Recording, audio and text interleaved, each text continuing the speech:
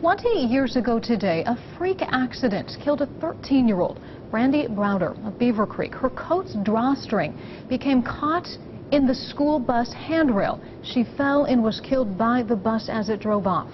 Well, tonight, 2 News Investigates is looking at the changes in safety guidelines for both clothing and school buses. Natalie Tyndall spoke with Brandi's mother and tells us why she believes there's still more that can be done.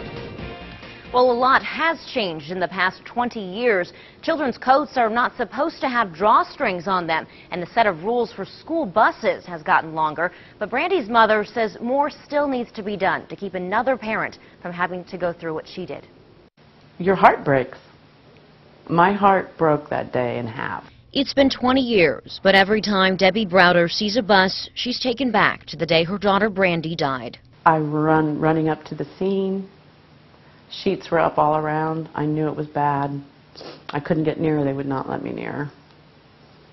I wished I would have now. I just wanted to hold her, you know, just one last time.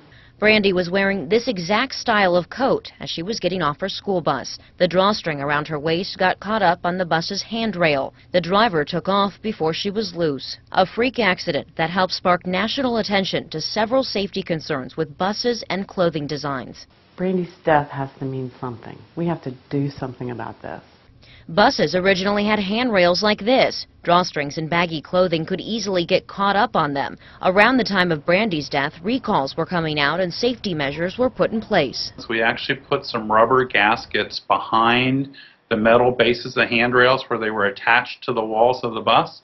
And that eliminated any pinch points in there so that if there's a knot in a drawstring, it wouldn't get caught. The bus doors are now designed with windows that go all the way down to increase visibility. The rules for drivers have changed as well.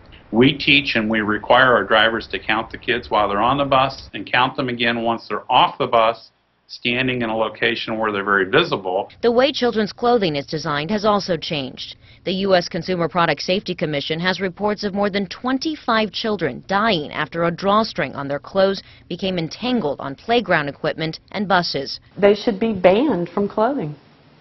Manufacturers can't put them in their clothing.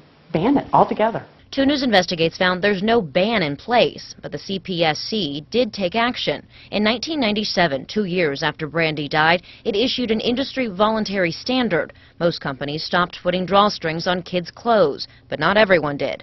There were still injuries being reported and products being recalled. So in 2011, the CPSC changed that voluntary standard to give itself more regulatory authority. Debbie wants clothing companies to completely ban drawstrings and would like to see aids on the bus to help keep an eye on students.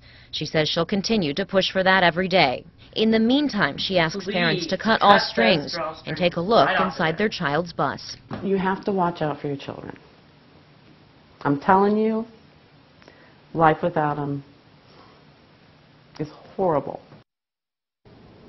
Well, I looked online today and found there are still recalls as recent as a few months ago for clothes that have drawstrings. Browder says that's the most frustrating part of her daughter's death is that it could have been prevented. I remember that so well. It's when I got here 20 years ago. So it was, sad. oh, unreal. Natalie, thank you.